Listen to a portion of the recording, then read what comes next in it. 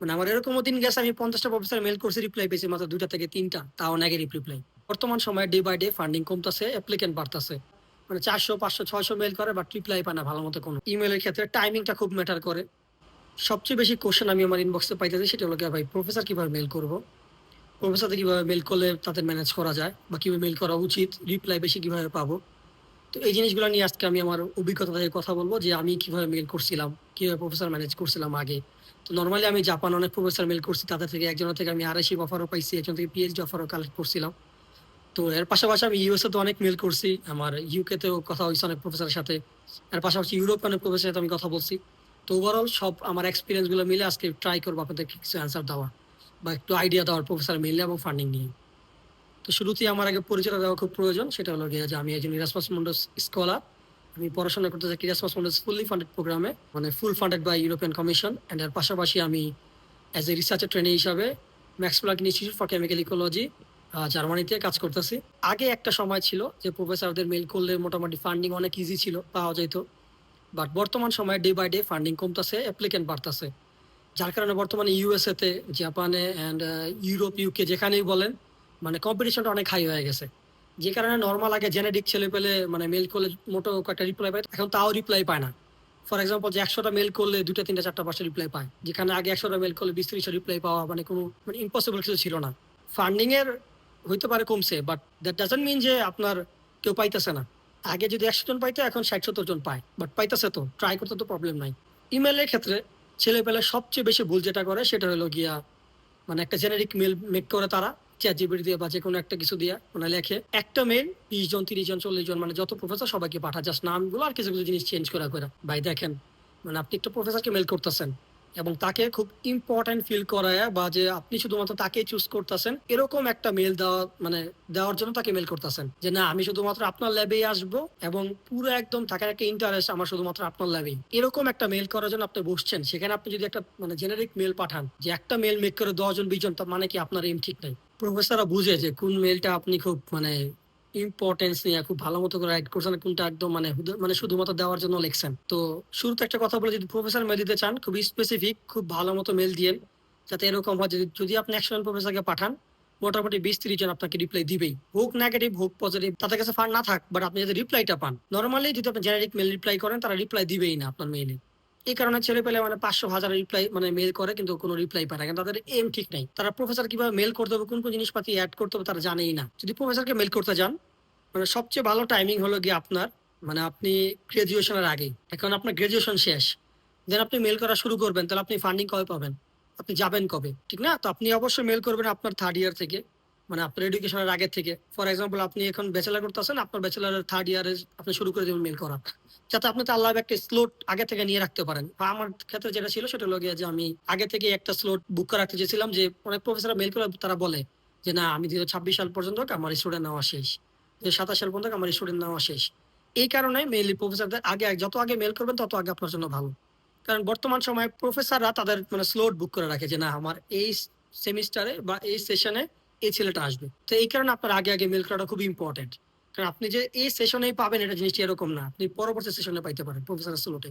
বা যদি প্রফেসর আপনার পছন্দ হয় আপনার জন্য, তারপরে স্লটে আপনার জন্য একটা স্লট রাখবে যে না আমার তাকে পছন্দ হয়েছে এবং সে 2027 সালের স্লটে আসবে, 26 সালে আসবে না। এই যে জিনিসগুলা, এই জিনিসগুলো ম্যানেজ করা মানে খুবই ইজি যদি আপনি সে প্রফেসরকে ম্যানেজ করতে পারেন। এখন আসেন যে মেইলে কি কি রাখা উচিত। এখন যদি আপনি একটা ভালো মেল করতে চান, সবচেয়ে বড় ব্যাপার হলো প্রফেসরের রিসার্চ সম্পর্কে ভালো আইডিয়া রাখা। এখন বেশিরভাগ ছেলে পেলে কি হয়, তারা চ্যাট জিপিটি দিয়ে একটা খুব সুন্দর করে একটা মানে পুরো জেনারিক মেল মেক করে, জাস্ট ওই জায়গা জায়গায় প্রফেসরের নাম, প্রফেসর রিসার্চ গুলা মানে পুট করে করে রেখা দেয়, আর কোনো কিছু তাদের আসা যায় না, তারা পাঠায় দেয়। এই যে কাজটা করতেছেন মানে সে প্রফেসর কোনো আসা যায় না, কারণ প্রফেসর যখন মেলটা খুলে সে দেখলে বুঝে যে আপনি আর কিছু জানেন না, আপনি জাস্ট চ্যাট জিপিটি দিয়ে মেক করে তাকে মেলটা পাঠাইছেন। তো প্রফেসর সুন্দর করে মানে ডিলিট করে জাস্ট ওপেন করে জাস্ট রাইখা দেয়, মানে আপনাকে রিপ্লাই করার জন্য মানে প্রয়োজন বোধ সে মনে করে না, কারণ আপনি তাকে মেল ওরকম ভাবেই করছেন।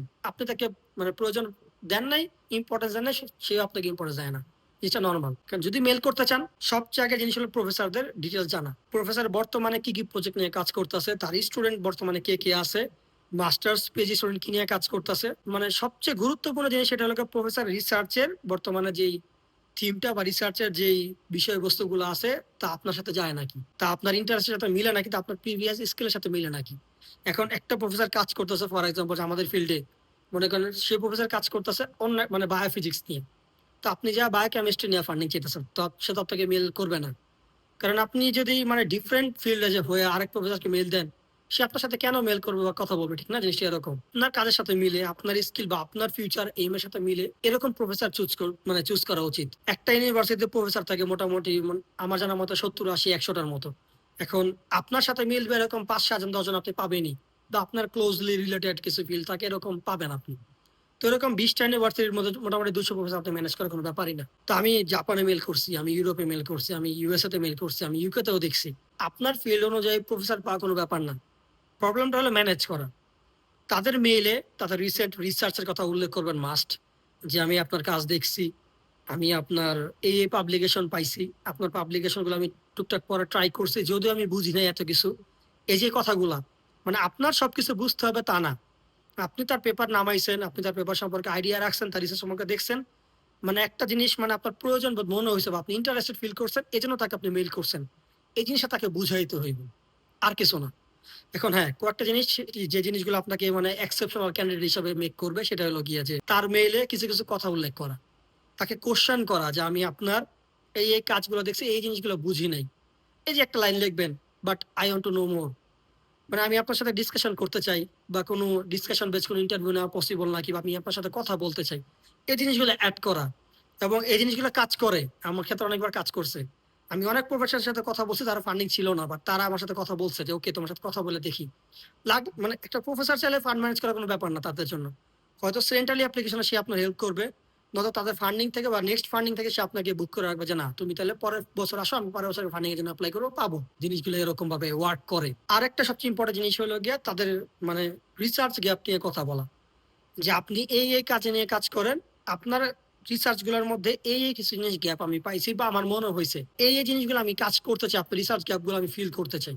এই জিনিসগুলো তারা খুব মানে আমার আমার যেন মনে হয় যে তারা খুব লাইক করে, যে আপনি তাদের মানে ল্যাবে এসে কিছু কন্ট্রিবিউট করতে চাইতেছেন, আপনার ভিতর কি ইন্টারেস্টের জিনিসগুলো আছে, কিউরিসিটি আছে। এই জিনিসগুলো তারা খুব মানে লাইক করে। তারা আপনাকে যদি তাদের পছন্দ হয়, তারা আপনাকে মাস্ট রিপ্লাই করবে যে ওকে আমি তোমার সাথে ইন্টারভিউতে বসতে চাই, বা আপনি আমাকে টাইম দিচ্ছে 1 ঘন্টা। একটা প্রফেসরের আধা ঘন্টা 1 ঘন্টা পাওয়া অনেক বড় ব্যাপার। তো আর কয়েকটা জিনিস হলো গিয়া যে ইমেলের ক্ষেত্রে টাইমিংটা খুব ম্যাটার করে। প্রফেসরদের মেল করার ক্ষেত্রে সকালবেলা মেল করবেন মাস্ট, মানে তাদের অফিসে মানে আসার আগে।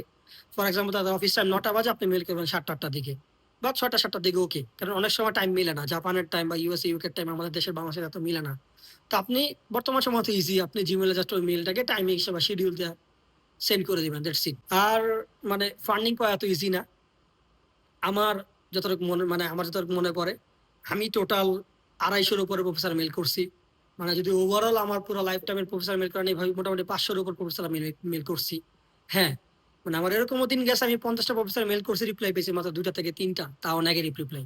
তো এখানে মানে মন খারাপ করার কিছু নেই, একটা ধৈর্য নিয়ে বসতে হবে যে না, আমি মেল করতেছি, 1000, 2000, 3000 মেল করুন, দেখুন কি হয়। এবং শুধু মেল করা ফান্ড পাওয়াটা মেন বিষয় না, তারা যে আপনাকে একটা ফিডব্যাক দিবে, ওকে তোমার এই কাজগুলা মানে আমার পছন্দ হয়নি, বা তুমি এই জায়গায় ল্যাকিংস আছে, বা মানে কোনো কোনো প্রফেসর বলে দেয় ডাইরেক্ট যে তুমি আমার ল্যাবে আসার জন্য যোগ্যতা তোমার নাই, বা তোমার কাজ আমার পছন্দ হয়নি, বা তোমার এই কাজে ল্যাকিংস আছে, তুমি এই মানে কাজের গুলো তুমি এক্সপিরিয়েন্স গেইন করো আমার ল্যাবে আসার জন্য।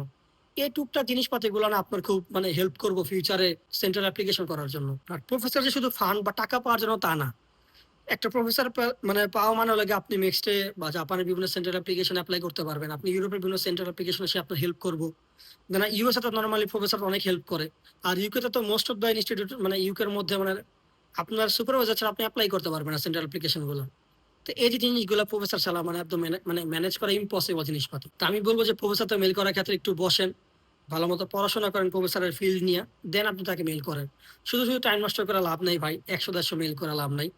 আর একটা জিনিস মাস্ট মানে বলা উচিত, সেটা হলো গিয়া যদি একটা পারফেক্ট মেল চান, অবশ্যই শুরু থেকে শেষ পর্যন্ত একটু স্পেসিফিক্যালি নিজের থেকে মানে একটা পার্সোনাল টাচ দেন, হিউম্যানাইজ টাচ দেন। যে আমি কে, মানে ইমেলে কিছু পার্ট থাকে, কোনো ইমেলে নিজস্ব কোনো ফরম্যাট নাই। অনেকে অনেক ফরম্যাট দেয়, ইউটিউবে গুগল পাবেন, বাট নিজের ফরম্যাট অলওয়েজ মেক করবেন। যে আমি কে, আমি কি কাজ পারি, এবং আমি আপনার এই কাজে ইন্টারেস্টেড, দ্যাটস ইট, শেষ। নেক্সট যে পার্টটা লিখবেন সেটা হলো ফুল প্রফেসরের একটা পাবলিকেশন, প্রফেসরের রিসার্চ গুলো নিয়ে একটা পার্ট লিখবেন, যে আমি আপনার এই কাজ জানি, এই কাজ দেখছি, আপনার পাবলিকেশন ফর এক্সাম্পল এইটা এটা আমি পড়ছি। দেন লাস্টের যে প্যারাটা মেক করবেন সেটা হলো গিয়ে তার কাজের সাথে আপনার যে কাজের মিল আছে তাকে কম্বাইন করার ট্রাই করবেন।